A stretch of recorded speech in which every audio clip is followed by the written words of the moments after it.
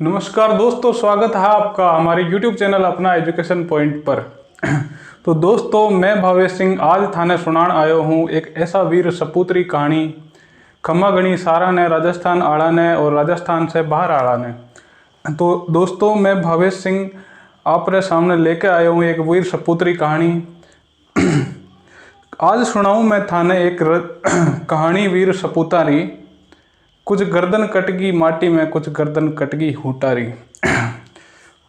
तो दोस्तों, आज एक ऐसे वीर सपूत की बात करने वाला हूँ जिसका नाम है सम्राट पृथ्वीराज चौहान। दोस्तों, अभी अभी एक मूवी आई थी जिसका नाम यही था, सम्राट पृथ्वीराज चौहान। उस मूवी में कितनी गलतियां दिखाई गई हैं। गलतियों का मतलब है कहानी से कितना तोड़ मरोड़ कर उस चीज़ को पेश किया गया है। उससे बहुत दुख पहुंचा है राजस्थान वालों को। दोस्तों, सबको पता है राजस्थान वीरों की धरती है, राजपूतों की धरती है। मैं खुद एक राजपूत हूं। इस बात से बहुत दुख होता है कि राजपूतों की कहानियों को, वीरता भरी कहानियों को इस तरीके से तोड़ा गया और अंत में पृथ्वीराज चौहान का अंत ऐसा दिखाया गया कि उसको देख के आपके आंसू आ जाएंगे अगर आप राजपूतों की असली कहानी जानते हो तो। दोस्तों, राजपूत कभी ये नहीं चाहते थे कि हम तुर्कों के हाथ मरे, मुगलों के हाथ मरे, लेकिन उस मूवी में दिखाया गया कि अंत में पृथ्वीराज को तुर्कों के हाथों ही मरना पड़ा। ऐसा क्यों हुआ दोस्तों? ऐसा क्यों हुआ इतिहास के साथ में? इस बात से घोर दुख हुआ मुझे और ये वीडियो मुझे बनाने के लिए मजबूर होना पड़ा। तो आज मैं सुनाने वाला हूँ उस वीर सपूत की धरती के वीर सपूत की कहानी जिसने मोहम्मद गोरी से 17 बार लड़ाई की और उसमें से 16 बार उसे पराजित किया। एक बार की एक छोटी सी भूल से पूरे हिंदुस्तान का इतिहास चेंज हो गया। अगर वो वीर सपूत उस दिन वो भूल ना करता, वो भूल क्या थी जिसकी वजह से पूरा इतिहास चेंज हो गया और भारत में मुस्लिम सत्ता की स्थापना हो गई। तो शुरुआत होती है कहानी 1166 में गुजरात का एक स्थान है अनहिल पाटन। गुजरात का एक स्थान है अनहिल पाटन, जहां पे इस पृथ्वीराज चौहान का जन्म होता है। इनके पिता का नाम है सोमेश्वर चौहान और इनकी माता का नाम है कर्पूरी देवी। अब दोस्तों, बात क्या है, ये कर्पूरी देवी कौन है? ये बहुत रहस्य की बात है।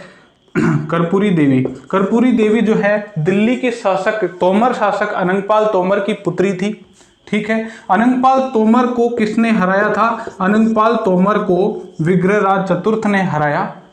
ठीक है। अनंगपाल तोमर को अर्णोराज ने हरा दिया और अपने पुत्र जो है सोमेश्वर चौहान का इसकी पुत्री से क्या कर दिया? विवाह कर दिया। ठीक है। अर्णोराज कौन थे? पृथ्वीराज चौहान के दादा थे। ठीक है। अब दोस्तों, बात आती है दिल्ली की। मूवी में दिखाया गया कि मूवी में एक वृद्ध आदमी रहता है, उसको नाना बनाया जाता है पृथ्वीराज चौहान का, जैसे अनंगपाल तोमर, और उससे कहा जाता है कि दिल्ली मुझे दे दो, और मतलब दिल्ली को पृथ्वीराज को दे दिया जाता है और जयचंद को भेजा जाता है कि भाई दिल्ली मांग के आओ। लेकिन ऐसा कतई नहीं था। दिल्ली को जीत चुके थे ऑलरेडी कौन?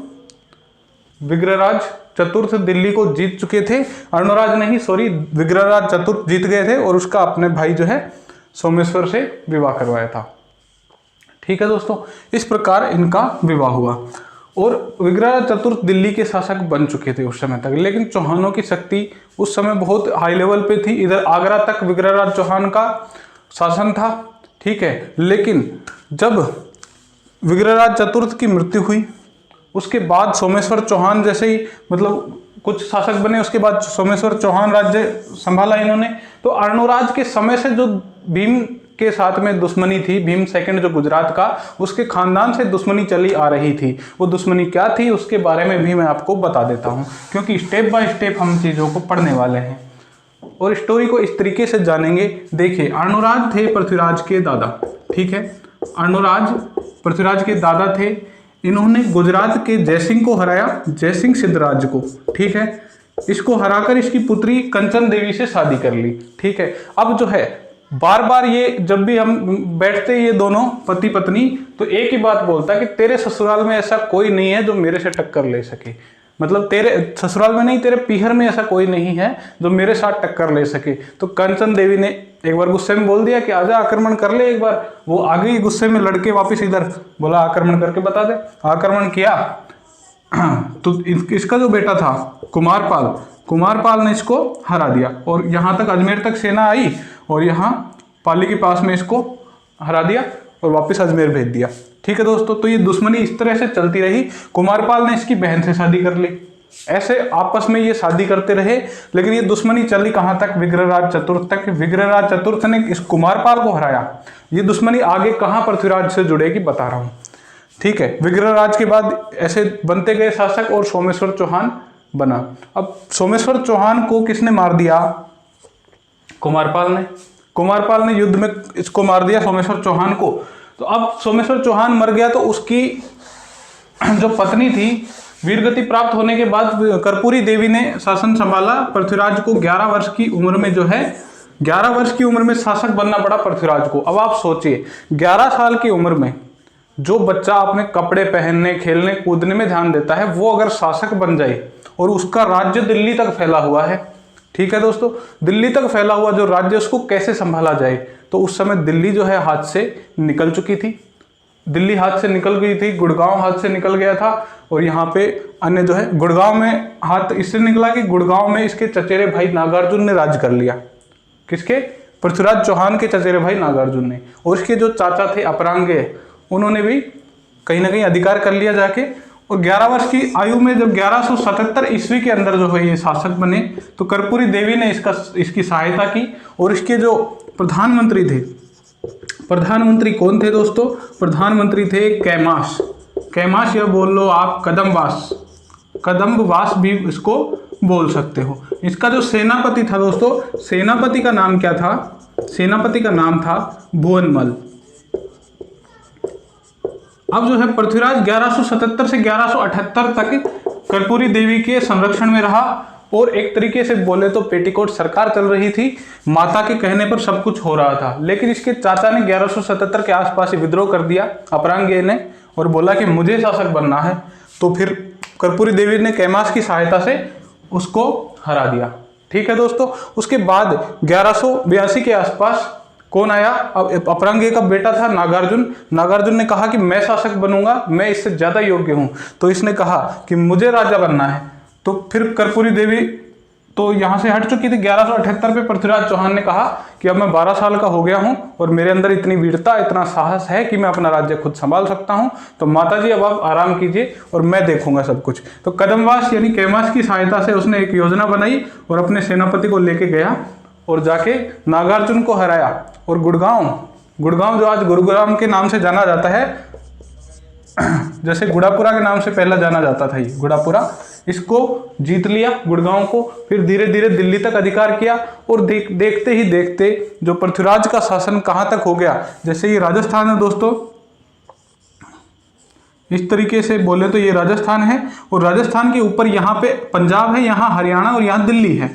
ये धीरे धीरे दिल्ली तक और हरियाणा के थानेश्वर तक और यहाँ पे पंजाब में भटिंडा तक पृथ्वीराज का राज हो गया।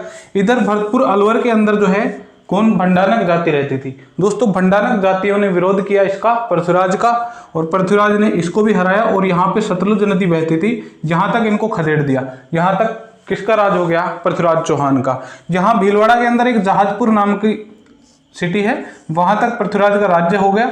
और यहाँ पे देखो इतना बड़ा पृथ्वीराज का राज्य हो चला था। तो इस तरीके से पृथ्वीराज ने अपने राज्य का विस्तार किया और कर्पूरी देवी यहीं तक उनका योगदान रहा।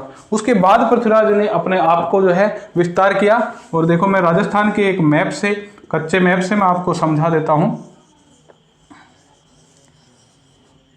इस तरीके से मान लिया मैंने राजस्थान का मैप। अब देखो यहाँ पे लगभग यहाँ तक, ये देखो यहाँ तक इसका राज्य चल रहा है।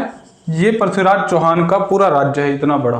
यानी यहाँ पर बठिंडा, जिसे ताबर हिंद कहा जाता था पहले, ताबर हिंद यहाँ पे था। हरियाणा का थानेश्वर यहाँ पे था, ठीक है, यहाँ तक। और यहाँ भीलवाड़ा तक इसका राज्य हो चला था। जबकि अजमेर यहाँ था, इनकी मूल राजधानी अजमेर। राजस्थान का जो हृदय माना जाता है, हार्ट ऑफ राजस्थान माना जाता है, राजस्थान का जिब्राल्टर जिसे कहते हैं, उस पर राज्य था किसका, पृथ्वीराज चौहान का।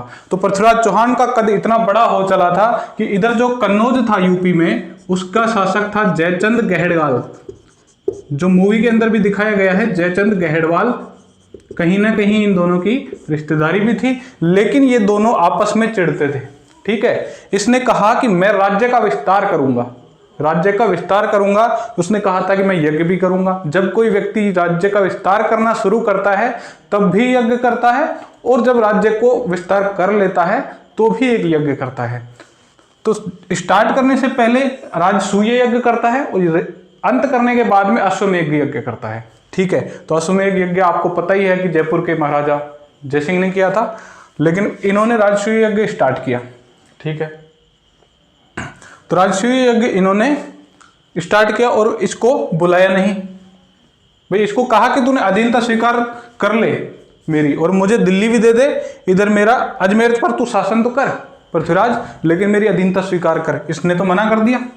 ठीक है, इधर गुजरात था, ये चीजें साथ में चल रही थी। गुजरात इधर था, गुजरात में चालुक्य शासक कौन थे? भीम सेकंड। चालुक्य शासक थे भीम सेकंड। ठीक है, इधर जो है महोबा राज्य चल रहा था यूपी के अंदर, जहां बुंदेलखंड है और इलाहाबाद के जो आसपास का क्षेत्र है ना, महोबा है, बुंदेलखंड है, जेजाक भुक्ति है, ये सब उस समय के क्षेत्र थे। तो यहां पर एक डॉन था, कौन था? परमर्दी देव चंदेल। परमर्दी देव चंदेल यहाँ का डॉन था। डॉन का मतलब हो गया यहाँ का शासक था। ये भी काफी बड़ा क्षेत्र था। अब धीरे धीरे पृथ्वीराज जो है इतना राज्य फैलाता गया कि इन दोनों से पृथ्वीराज की सीमा लगती गई। अब इससे भी सीमा लग रही है, इससे भी सीमा लग रही है, तो कन्नौज को फैलने की जगह नहीं है। तो कहीं ना कहीं इनका जो है टाका भिड़ेगा, और 36 का आंकड़ा इनका चल रहा था आपस में। ठीक है, लेकिन हुआ क्या कि जो जयचंद गैडवाल की पुत्री है संयोगिता थी, वो मन ही मन इससे प्रेम करने लगी। और होता भी है ऐसा कि जैसे आज बड़े बड़े अभिनेता हैं, सलमान खान है, जो भी है, उनको हमने सामने से नहीं देखा, लेकिन उनकी कीर्तियां सुनते हैं, उनकी कहानियां सुनते हैं, तो मन ही मन उनसे प्रेम होने लगता है, उनके हम फैन बन जाते हैं। इसी तरीके से ये भी एक फैन बन गई थी, किसकी? पृथ्वीराज चौहान की, जो इसके पिता का दुश्मन था। अब इसको ये बात पसंद नहीं आ रही थी, लेकिन जयचंद को भी ये बात पता नहीं थी कि मेरी पुत्री ऐसे इससे प्रेम करती है। लेकिन ये भी डॉन था अपने आप में, ये उस समय के डॉन हुआ करते थे। जितना क्षेत्र ये जीतते थे उसमें से टैक्स वसूलते थे। ऐसा नहीं है कि सारे काम ये अच्छे ही करते थे। तो मैं आपको बताने वाला हूं इस तरीके से। पहले इसने क्या किया, इन सबको हराने की सोची। बंडानको को हरा दिया, नागार्जुन को हरा दिया, गुड़गांव जीत लिया, दिल्ली जीत ली, पंजाब तक अपना राज्य फैला दिया। इसके बाद इससे युद्ध किया, लेकिन इसे हरा नहीं पाया, क्योंकि भीम सेकंड अपने आप में एक बहुत ताकतवर राजा था। ठीक है, चालुक्य भी कम नहीं थे। जिस कुमारपाल ने चौहानों को हराया था उसी का तो पुत्र था भीम सेकंड। ठीक है, तो भीम सेकंड से जीत नहीं पाया, इसलिए इसने क्या कर ली, इससे संधि कर ली, यानी कि समझौता हो गया कि भाई ठीक है, ना तू इधर आक्रमण करेगा और ना मैं तेरे पे आक्रमण करूंगा। इधर मामला खत्म हो गया। इधर चलिए परमर्दी देव चंदेल हैं। ठीक है, इधर नीचे ग्वालियर वगैरह है एमपी का। तो ग्वालियर पे जब ये अभियान भेजता है बाद में, ये बाद में बात करेंगे। ठीक है, इधर इस पे आक्रमण करता है पहले। महोबा का एक जो शासक था परमर्दी देव चंदेल, उसके 2 सेनापति हुआ करते थे। उनका नाम क्या था? आल्हा और उदल। जब ये आक्रमण करने गए तो ये युद्ध हुआ तुमुल नाम की जगह पर, इसलिए इसको कहते हैं तुमुल युद्ध।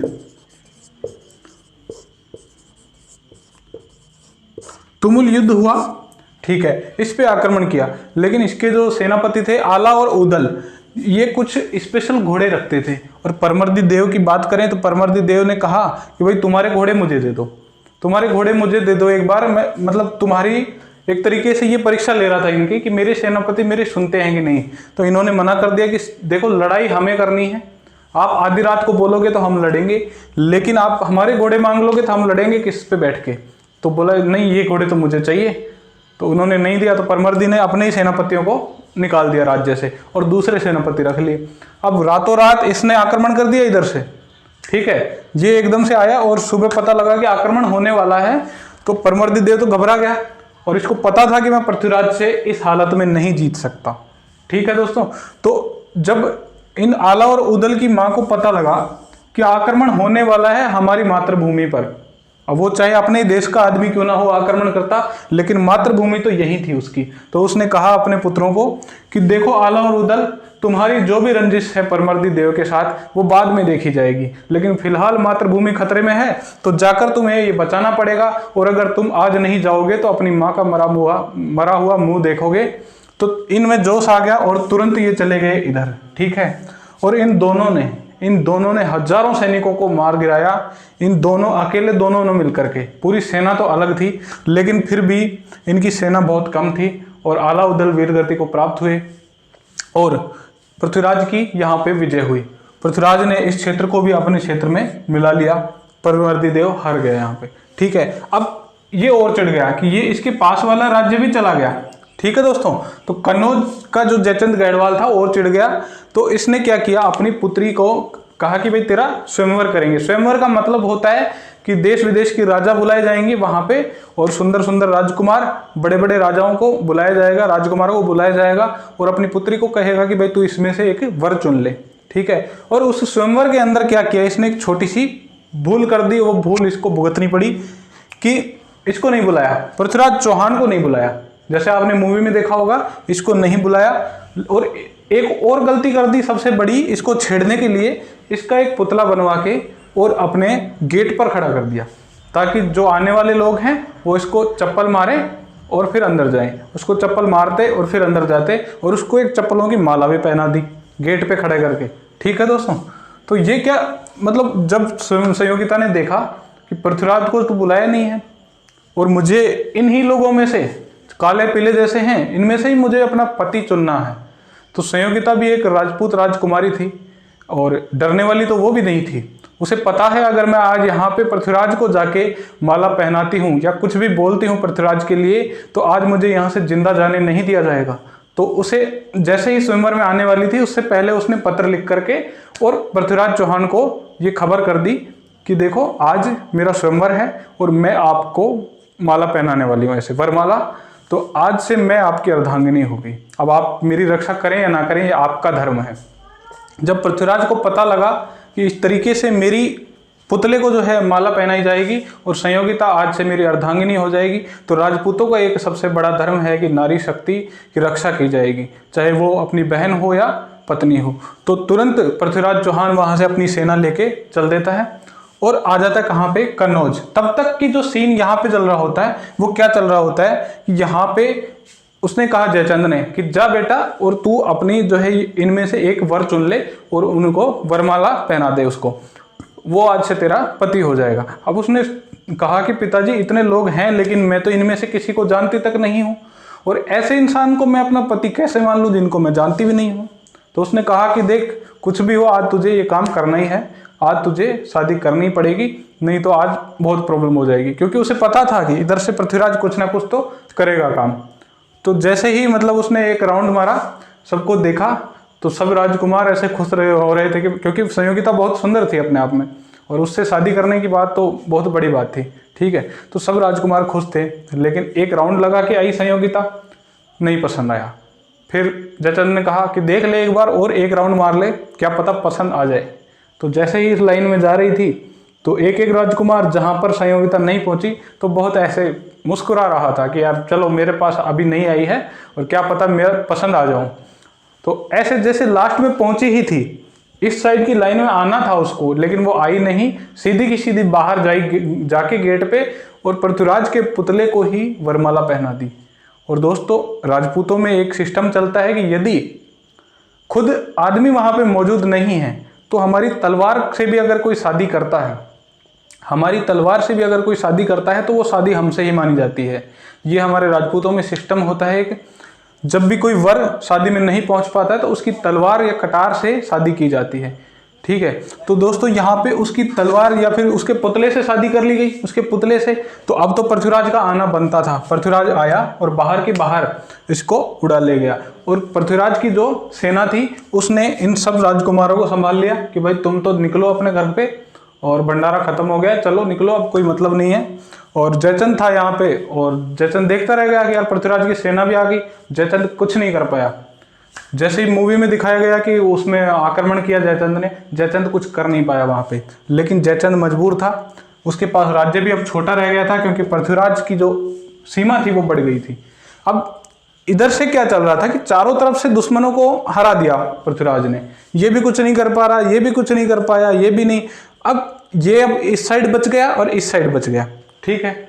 तब इधर से क्या हुआ, छोटे छोटे आक्रमण कोई करता था। कौन करता था वो मैं बता रहा हूं आप लोगों को। इधर क्या है भाई, राजस्थान के इधर कौन है, पाकिस्तान है, पाकिस्तान है। उधर क्या है, अफगानिस्तान है, अफगान है। इधर ईरान, इराक जो भी है, ठीक है। इस साइड में जो है एक जगह थी, उस जगह का नाम बताता हूं मैं आप लोगों को। ये देखिए एक मिनट, इस साइड में एक जगह थी गोर, अफगानिस्तान के अंदर जगह थी गोर, और एक थी गजनी। गोर का जो शासक था वो गयासुद्दीन गोरी था, गयासुद्दीन गोरी। गोरी चाहता था कि अपनी जो है राज्य का विस्तार किया जाए, तो इसने गजनी का शासक बना दिया। किसको, अपने भाई को। उसका नाम था मोहम्मद गोरी, मोहम्मद गोरी, ठीक है दोस्तों। अब मोहम्मद गोरी सोचता था कि चलो इधर तो भाई का राज्य है, ठीक है, मेरे को इसने छोटा मोटा गवर्नर बना रखा है गजनी का, लेकिन क्यों ना मैं इधर आक्रमण करूं भारत की तरफ और अपना राज्य थोड़ा बहुत फैलाऊं। और मोहम्मद गोरी जो है एक महत्वाकांक्षी शासक था, जो चाहता था कि मेरा राज्य बहुत बड़ा हो, ठीक है। तो वो अपने भाई से अनुमति लेके और यहाँ पे आक्रमण करता है। करीब बताया जाता है, कई इतिहासकार बोलते हैं 20 बार पृथ्वीराज के साथ इसका युद्ध हुआ, कोई बोलता है 21 बार, लेकिन जहाँ तक मैंने पढ़ा तो 17 बार इनकी लड़ाई हुई, ठीक है। अब वो हुई नहीं हुई, हम भी नहीं थे वहाँ पे, लेकिन इतिहासकारों ने लिखा है तो हमें तो पढ़ना पड़ेगा। किसी ने 23 लिखा, किसी ने 21 लिखा, किसी ने 17 लिखा। और लेकिन इनकी छोटी मोटी लड़ाइयाँ तो होती रही, लेकिन इन 17 लड़ाइयों में 2 युद्ध जो अंतिम युद्ध थे बहुत ही फेमस थे। उनका नाम था तराइन का प्रथम युद्ध और तराइन का द्वितीय युद्ध, यानी सेकेंड बैटल, ठीक है। ये कब कब हुए, 1191 और 1192। 1191 के अंदर जो है ये आता है, 90-91 के अंदर आता है, और इधर जो ये तबर हिंद का किला है इस पे अधिकार कर लेता है गोरी, ठीक है। और अपना एक जो यहाँ पे जो दूत छोड़ रखा था, किसने, पृथ्वीराज ने, ऐसे काजी काजी कुछ करके नाम था, जियाउद्दीन काजी, उसको यहाँ बैठा रखा था पृथ्वीराज ने। तो उसको भेजा गया यहाँ पे, मतलब दूत को भेजा गया कि अजमेर जो है, अजमेर का जो ये तबर हिंद किला जो अधिकार में था उसको जीत लिया किसने, मोहम्मद गोरी ने। अब पृथ्वीराज था उस समय एक दिग्विजय पे चल रहा था, इधर भी इधर भी इधर भी बहुत बड़े बड़े राजाओं को हराया था उसने, और गोरी को तो 16-17 बार हरा चुका था, कोई बड़ी बात नहीं थी। बार बार पकड़ता, कैद में डालता, फिर छोड़ देता, वो यही गलती करता था हर बार। और गोरी को भी आदत पड़ गई थी, वो मतलब एक तरीके से नकटा हो गया था कि अब तो बस बार बार जाना है और हार के वापस आ जाना है। गोरी को भी अच्छे से पता था कि मैं इससे ऐसे नहीं जीत सकता, क्योंकि राजपूत जो है सर कटाने को तैयार है लेकिन सर झुकाने को तैयार नहीं होगा कभी भी, ठीक है। तो वो सीधे सीधे तो जीतने वाला नहीं था, तो उसने इस पे अधिकार किया। तो अब तो पृथ्वीराज को आना ही पड़ेगा। तो अब क्या होगा, अब सिस्टम क्या होगा, पृथ्वीराज तो चलता है यहाँ से इस तरीके से, यहाँ पे अधिकार है थानेश्वर में, थोड़ा सा आगे चलता है तो हरियाणा आता है यहाँ पे, और हरियाणा के अंदर एक जगह है करनाल। करनाल जिले के अंदर जो है, करनाल जिले के अंदर एक जगह पड़ती है तराइन, ठीक है।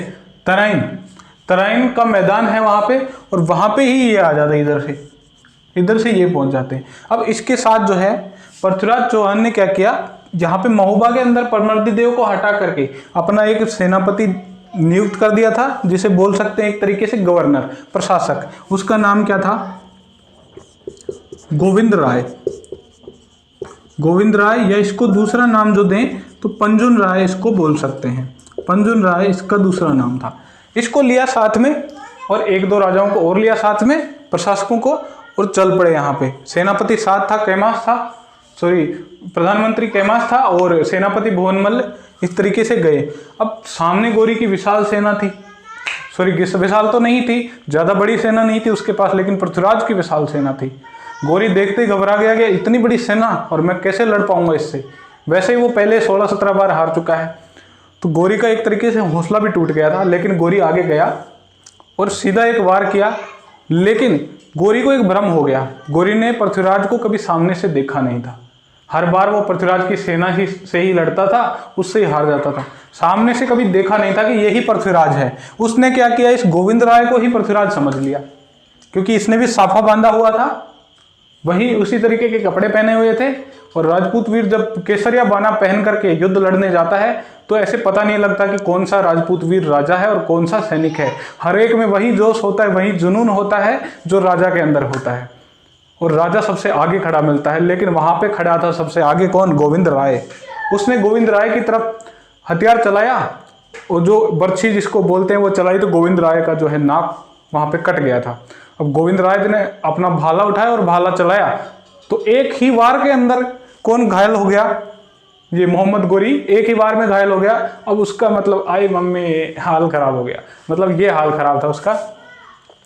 तो जब उसके सैनिकों ने देखा कि यार मतलब मेन अपना तो सुल्तान है वही गिर गया, तो अपना तो क्या मतलब है, वो भाग गए सारे। गोरी की सेना भाग रही थी, गोरी गिरा हुआ था वहां पे, बिल्कुल ऐसे तड़प रहा था, आई क्या करूं। तो मतलब उस दृश्य को देख करके पृथ्वीराज एक तरीके से वो बोलते हैं ना ओवर कॉन्फिडेंस में आ गया कि यार बस अब कोई बचा नहीं है मेरे सामने टक्कर लेने वाला। इधर भी इधर भी इधर भी अपना ही राज है, अब तो कोई मतलब ही नहीं है कोई और आ जाए अपने सामने। ठीक है, तो पृथ्वीराज एक तरीके से वो अंडरवर्ल्ड का डॉन बनते जा रहा था। और जैसे आजकल होता है इधर से दाऊद अलादीन और ये डॉन है आक्रमण करते हैं, उसी तरीके से ये भी डॉन था मोहम्मद गोरी। और आज के डॉन जैसे मोहम्मद जो भी हैं अपने आज के डॉन कौन है? प्रधानमंत्री मोदी जी। तो इसी तरीके से ये डॉन हुआ करते थे। ठीक है, इनकी लड़ाई चलती थी। अब ये डॉन हो गए पूरे की, अब तो कोई बचा ही नहीं है जो मेरा मुकाबला कर सके। तो ये वापस आए और गोरी को वहीं छोड़ दिया मैदान में पड़ा हुआ।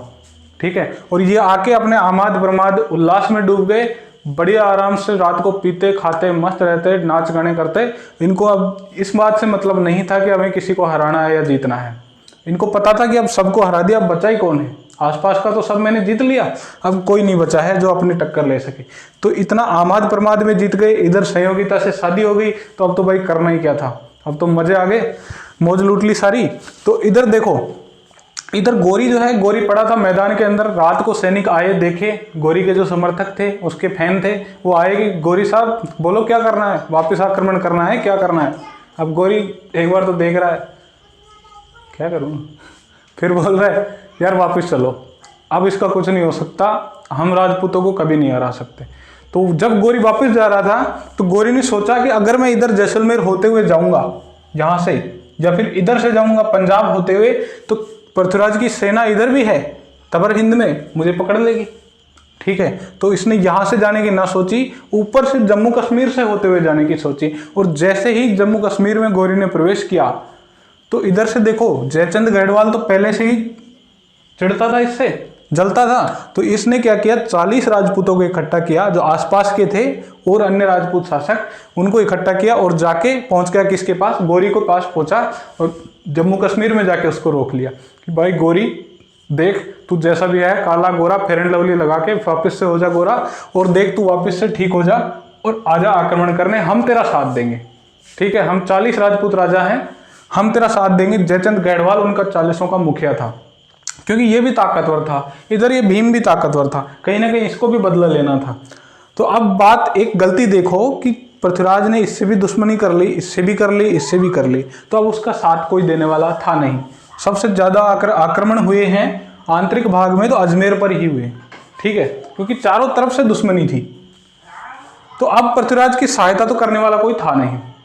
ठीक है, हाँ यहाँ से वागड़ से जरूर सहायता मिली थी, उदय सिंह ने सहायता की थी, लेकिन और कोई किसी ने सहायता करी नहीं इसकी।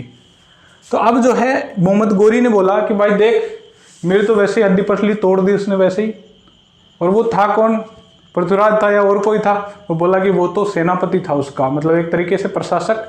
बोला है, प्रशासक ने इतनी बुरी हालत कर दी मेरी, तो अगर मैं पृथ्वीराज से मिलूंगा तो मेरा क्या हाल होगा, क्या हाल होगा मेरा कालिया। तो उसने कहा कि भाई देख गोरी, घबरा मत, तुझे टाइम चाहिए ले ले, दवाई गोली खानी है ले ले, आराम से आ जाना, और चाहे अगले साल तू कर देना आक्रमण, कोई दिक्कत नहीं, मैं तेरे साथ हूँ, इसने कहा, और हम पूरे के पूरे लोग तेरे साथ हैं। तो गोरी ने बोला कि ठीक है, अगर राजपूत लोग होके तुम मेरा साथ दे रहे हो तो कुछ ना कुछ तो बात है, तो मैं वापस आऊँगा, इतना वादा करता हूँ, लेकिन फिलहाल मुझे जाना पड़ेगा, फिलहाल मेरी हालत जो है बहुत गंदी कर दी है उसने, अब तो मुझे जाना ही पड़ेगा, मैं वापस ज़रूर आऊँगा। तो यहाँ पे वो वापस गौर चला जाता है और बोलता है यार भाई अब नहीं हो शायद, अब नहीं हो पाएगा मेरे से, लेकिन राजपूतों ने कहा है कि इसको हराना है, इसको हराना है कैसे भी करके। उन्होंने मेरा साथ देने का वादा भी किया है। तो फिर अब फिल्मों में तो मूवी को अलग ही मोड़ पे ले जाया गया, लेकिन असल जो कहानी थी वो ये थी कि गोरी ने 1 साल जमकर मेहनत की, अपनी सेना को जुटाया और इतनी कुशल युद्ध नीति अपनाई कि अपने सैनिकों को पूरा मतलब जोश से भर दिया। तो जब वो वापस 1 साल बाद 1192 के अंदर आ रहा था आक्रमण करने, तो पाकिस्तान के आसपास लाहौर में उसे एक मौलवी मिल गया। ठीक है, उसने कहा कि भाई तुम कौन हो और कहाँ जा रहे हो? तो उसने कहा कि मैं मोहम्मद गोरी और आक्रमण करने जा रहा हूँ भारत पर। तो उसने कहा कि तुम तो वही हो ना जो पिछले साल मुंह तोड़वा के आए थे? बोला हाँ मैं वही हूँ, लेकिन मैंने इस 1 साल में बहुत मेहनत की है और इस बार मैं पक्का जीत के आऊँगा। बोला तुम्हें विश्वास कैसे है कि तुम जीत जाओगे? तो गोरी की एक बात मुझे बहुत अच्छी लगी और वो शायद आप लोगों को भी अपनानी चाहिए अपनी हर चीज़ के अंदर। कहीं ना कहीं मुसलमान जरूर था, वो तुर्क जरूर था जो भारत पे आक्रमण करने आ रहा था, लेकिन उसकी एक बात अच्छी लगी। उसने कहा कि पिछले 1 साल से मैं सोया नहीं हूँ, मैंने सपना देखा है भारत का सुल्तान बनने के लिए, भारत पर विजय प्राप्त करने के लिए, और उस सपने को जब तक प्राप्त नहीं कर लेता मैं सोऊंगा भी नहीं। मैंने 1 साल से मतलब ऊपर बैठ करके बेड पे बैठ करके खाना नहीं खाया है, मैं नीचे बैठ के और नॉर्मल थाली के अंदर खाना खाता हूँ। और मैंने अच्छे से कपड़े भी नहीं पहने 1 साल से, बिल्कुल नॉर्मल मैं कपड़े पहनता हूँ। लेकिन मैंने 1 साल में जो सेना तैयार की है, इनको प्रशिक्षण दिया है, वो मेरे लिए काम करेगा। तो उन्होंने कहा कि चल मैं भी तेरे साथ चलता हूँ, भाई मेरा भी कुछ जुगाड़ करवा दियो भारत में जहाँ मैं ऐसे घूमता रहता हूँ। बोले ठीक है, अगर देखो मेरा जुगाड़ हो गया, गौरी ने कहा कि मेरा जुगाड़ हो गया तो भाई आपका भी जुगाड़ हो जाएगा, और आपका जुगाड़ तो तब होगा जब मेरा होगा, और फिर मैं पिछली बार की तरह हार के आ गया तो भाई देखो अपनी नैया तुम खुद संभालना। बोला ठीक है। आ जाता है गोरी के साथ में। कौन आता है? आता भी कौन है? जिसकी दरगाह है अजमेर में, ख्वाजा मोइनुद्दीन चिश्ती, वो गोरी के साथ भारत आता है। ख्वाजा मोइनुद्दीन चिश्ती जिसकी दरगाह है अजमेर में, और हिंदू मुस्लिम दोनों उनकी पूजा करते हैं, वहाँ जाके माथा टेकते हैं। तो अब आप देखो खुद हिंदू कितने महान हैं कि दूसरे धर्म के लोगों को भी इतना सम्मान दे रहे हैं, लेकिन उन्होंने कभी सम्मान हमें नहीं दिया। तो यहाँ पे देखो वो आता है और आक्रमण करता है। अब यहां से मिटाता हूं मैं, देखो गोरी आएगा और आक्रमण करने के लिए वहीं तबर हिंद युद्ध को वापस से जीतता है, इसको किले को, और फिर से दूत जाता है, बताता है इसको कि भाई देख पृथ्वीराज ये हाल है, यहाँ पे इसने अधिकार कर लिया है। अब पृथ्वीराज सोच रहा है यार ये गोरी क्या मतलब नकटा हो गया क्या, बिल्कुल इसको शर्म नहीं आती, बार बार आता है और हार के चला जाता है। 16-17 बार मैं भी थक गया हूँ यार, कितनी बार हराऊं इसको, लेकिन ये नहीं थक रहा है हारते हारते। तो उसने सोचा चल कोई बात नहीं, ये छोटा मोटा आदमी है, इसको तो थोड़ी बहुत सेना ले जाके भी हरा देंगे। उसने क्या किया, अपनी सेना का जो मुख्य भाग था उसको तो अपने बेटे गोविंदराज को दे के भेज दिया कि इधर ग्वालियर पे, कि ग्वालियर को जीत के आना है। गोविंदराज तो निकल गया इधर, और बाकी कुछ सेना बची उसको लेकर के आ गया खुद तराइन में। इधर से आ गया गोरी। अब गोरी ने सोचा यार मैं इतनी बार हार चुका हूँ, मतलब क्या ही बताऊँ, अब तो मेरी जान ही जाएगी इस बार तो अब पिछली बार भी इतना भयंकर इसकी चोट लगी थी, तो अब बचने वाला कहाँ था ये। तो उसने कहा कि भाई देखो पृथ्वीराज जी, मैं 16-17 बार हार चुका हूँ आपसे, और इस बार भी मेरा हारना तय है, हारूंगा मैं पक्का। तो उसने कहा कि भाई देखो मेरे भाई जो यहाँ पे गयासुद्दीन बैठा है उसने मेरे को भेजा है, और हर बार वो भेजता है और मैं हार के वापस चला जाता हूँ, मेरी इसमें क्या गलती है? भाई मेरी तो ऐसी कोई योजना नहीं है कि आपसे मैं युद्ध करूँ, आप तो मुझे हराओगे मुझे पता है। तो एक काम करो, मैं वापस से एक दूत भेजता हूँ और गयासुद्दीन गोरी जो मेरा भाई है उसको समझाता हूँ कि भाई देख पृथ्वीराज एक बहुत बड़ा राजपूत राजा है, उसको नहीं हरा सकते, और अगर वो बोल देता है कि ठीक है वापस आ जाओ तो फिर हम लोग वापस चले जाएंगे, और अगर वो बोलता है कि युद्ध करना ही है तब तो फिर आप हराओगे हमें, तो फिर आप देख लो, तब तक आप विश्राम कर लो। तो अब पृथ्वीराज सोचा कि यार ये तो वैसे भी चल छोटा मोटा आदमी है, कोई बात नहीं, इतने छोटे मोटे आदमी के लिए हम लोग ज़्यादा परेशानी नहीं करेंगे। बोला ठीक है यहीं तंबू गाड़ लो और अपने आराम करेंगे, तब तक इसका दूत जाएगा। लेकिन गोरी का तो कोई दूत गया ही नहीं था, उसने तो एक प्लान बनाया था, गोरी षड्यंत्र रच रहा था। तो गोरी का दिमाग इतना तेज चल रहा था उस समय, उसने क्या किया, कुछ दिन तक कोई आक्रमण नहीं किया, वहीं पे रहा, उनकी खाद्य सामग्री वगैरह वहीं पे मंगवा ली सैनिकों की, और वहीं पे रहने लगा।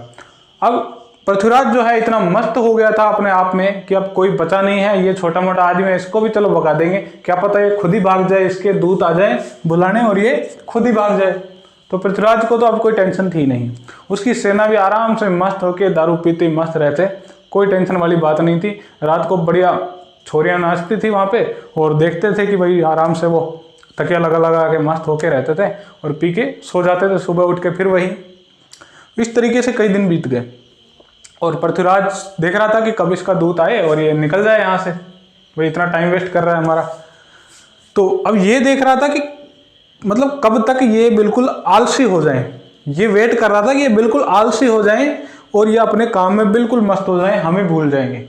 और एक दिन आया भी कि ये बिल्कुल भूल चुके थे कि यहाँ पे कोई आक्रमण करने भी आया है और ये बिल्कुल मस्त थे, रात को पी के सो रहे थे मस्त आराम से। तो गौरी ने कहा कि अपनी सेना जो है पीछे ले चलो, अपनी सेना को कहा कि वापस चलो, सब लोग मशाल जलाओ और पीछे चलो।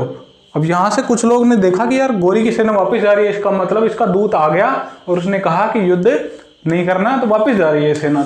तो कुछ किलोमीटर तक सेना गई, बिल्कुल इनको दिखना बंद हो गई कि सेना अब तो चली गई, अब तो मजे से सो। तो ये जो बचे हुए लोग थे ना, ये भी आराम से सो गए। गौरी यही तो वेट कर रहा था कि सब सो जाएं। तो वही तो कुछ लोग कहते हैं कि सब सो जाते हैं तब मैं पढ़ता हूँ तो हमें दिखता नहीं है, वही लोग ये कर रहे थे गौरी कि सब सो जाएं तो मैं आ जाऊं। तो तुरंत वापस गौरी ने कहा कि अब मशाल बुझा लो और अब सीधा आक्रमण करो। तो गौरी ने मशाल बुझा दी अपने सैनिकों की सबकी और अब दिखना बंद हो गया था, सब सो चुके थे। एकदम से आक्रमण किया गौरी ने और सारे के सारे जो शासक थे इधर तराइन के, जो दूसरा युद्ध चल रहा था यहाँ पे सोए हुए लोगों पे आक्रमण किया। खुद पृथ्वीराज भी सोया हुआ था, नशे में था बिल्कुल। और वहां से जाके पृथ्वीराज चौहान कैसे जैसे बच करके अपने सैनिकों की सहायता से यहाँ से भाग निकले। और भाग निकले कहाँ पे? हरियाणा में एक सिरसा नाम की जगह है, सिरसा नाम की जगह है जहाँ पे जाके पृथ्वीराज को जो है पकड़ लिया जाता है। इसके सैनिकों द्वारा, गौरी के सैनिकों द्वारा पकड़ लिया जाता है। बाकी इसके सैनिकों का रातों रात कत्ल कर दिया जाता है। तभी तो मैंने कहा था कि कुछ की गर्दन कटी मिट्टी में, यानी मैदान में, और कुछ की कटी होतारी। होतारी मतलब सोतारी, सोते हुए की, राजस्थानी में ऐसे ही बोलते हैं। तो इस तरीके से सिरसा में इसको पकड़ लिया। अब आगे की कहानी जो है वो मूवी में कुछ और दिखाई गई है और मैं कुछ और बताने वाला हूँ जो वास्तविकता है। और वास्तविकता भी किसी एक आदमी ने नहीं बताई है, वास्तविकता 3 अलग अलग आदमियों ने अपने ग्रंथों में लिखी है। अब आप खुद कंफ्यूज हो जाएंगे कि सर ये क्या बता दिया। तो देखो, एक आदमी था, इसी का दोस्त था बचपन का, और वो कौन था? पृथ्वीराज रासो, जिसको मतलब एक आदमी ने लिखा था, उसका नाम था कौन? चंद्रबरदाई। चंद्रबरदाई, जिसका वास्तविक नाम क्या था? पृथ्वी भट्ट। ये कुछ और कहानी बताता है, लेकिन गौरी के साथ कोई आया था, उसका नाम क्या था? हसन निजामी। और एक और व्यक्ति आया जिसका नाम था मिनहास उल सिराज।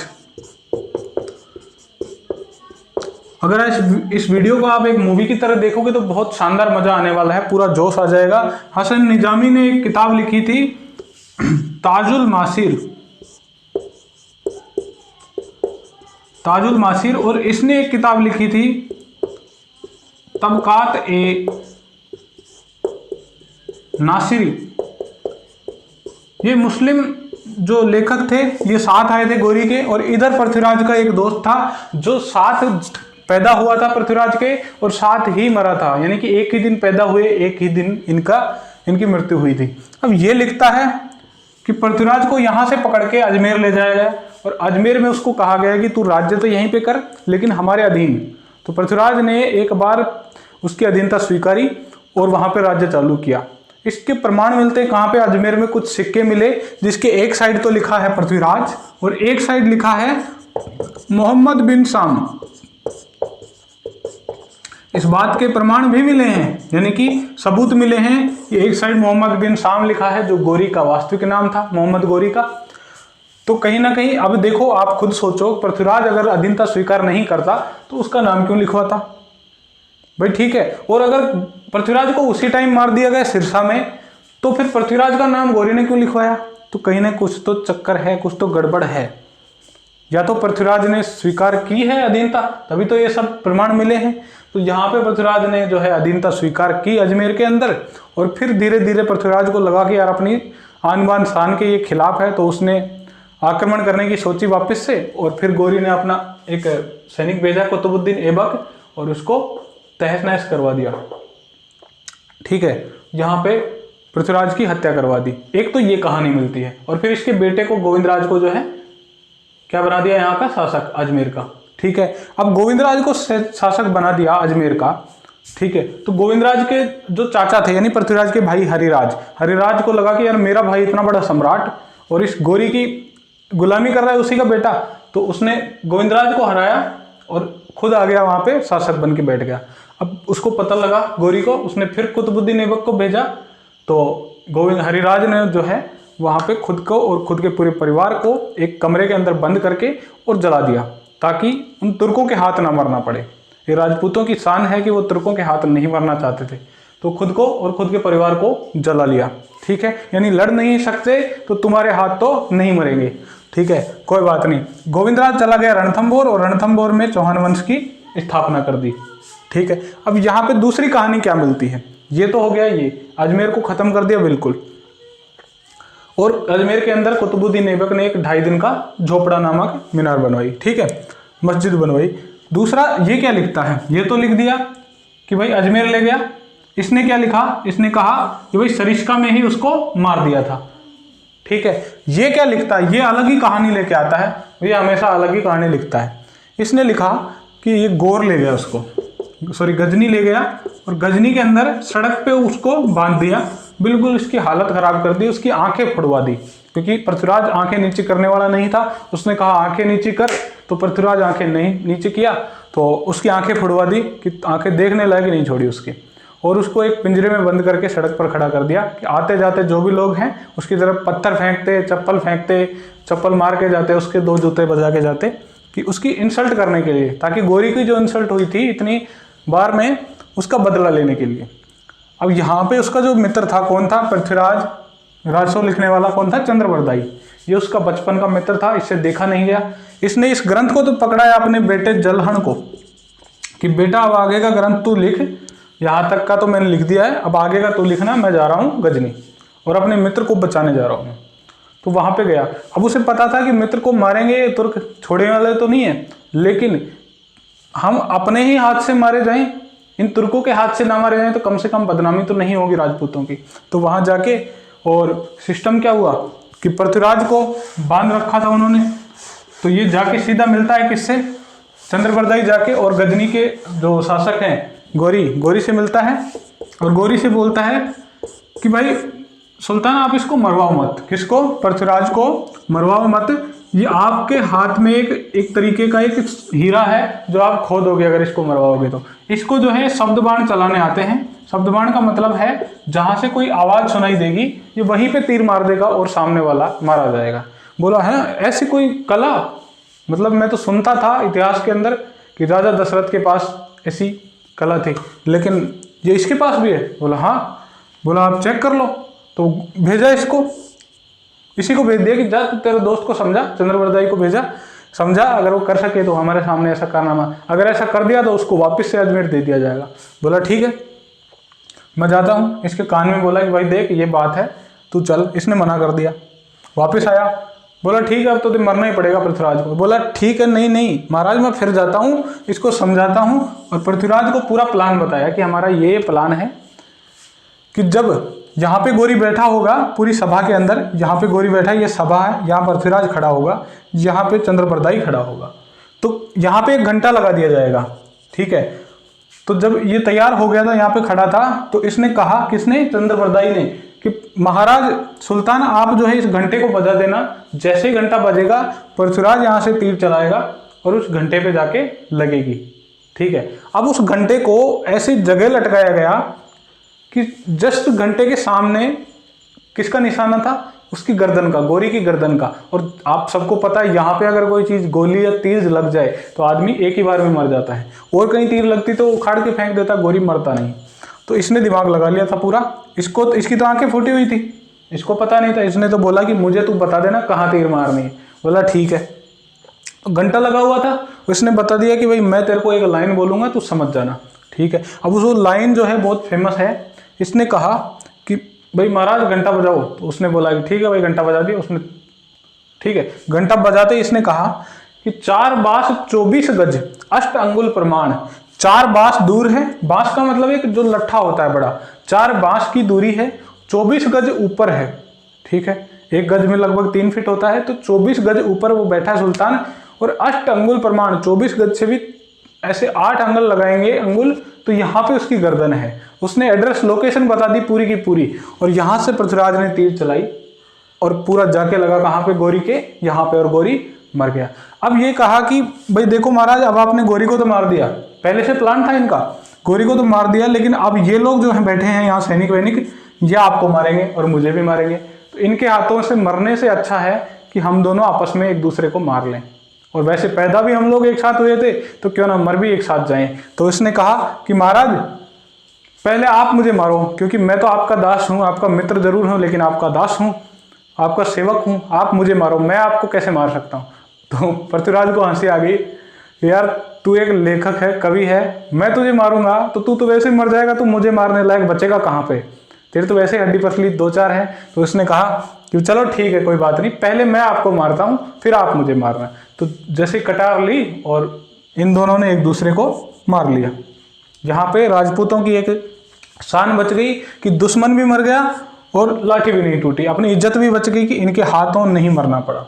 तो आज भी गजनी के अंदर, अफगानिस्तान के अंदर एक जगह है गजनी, और गजनी के अंदर पृथ्वीराज की वहाँ पे एक समाधि बनी हुई है, और लोग आते हैं वहाँ पे 2 जूते मार के जाते हैं। आज भी ये हालत है वहाँ पे। और हम लोग ऐसे हैं कि अजमेर के अंदर ख्वाजा मोइनुद्दीन चिश्ती की दरगाह बना रखी है और वहाँ पे मत्था टेक के आते हैं। तो क्यों ऐसा होता है कि उस धर्म के लोग हमारे धर्म की मतलब इज्जत नहीं करते और हम लोग उनकी इज्जत करते हैं। मैं ये नहीं कह रहा कि मुसलमान गलत है, नहीं गलत नहीं है, वो भी इंसान है, लेकिन इस तरीके की हरकत वो करते हैं तो अच्छा नहीं लगता है, ठीक है। तो दोस्तों ये कहानी कैसी लगी, और पूरे परिवार को पृथ्वीराज के नष्ट कर दिया गया कुतुबुद्दीन ऐबक के द्वारा, जो भारत में सल्तनत काल की शुरुआत जिसने की, कुतुबुद्दीन ऐबक ने, ठीक है। और मुस्लिम सत्ता भारत में स्थापित हो चुकी थी 1206 के आसपास, ठीक है दोस्तों। तो इस तरीके की कहानियाँ मैं आगे भी लेके आता रहूँगा जो आपको भ्रमित करती हैं, लेकिन उसकी जो सच्चाई है और वास्तव में क्या राजस्थान का जो गौरव है, राजस्थान की शान है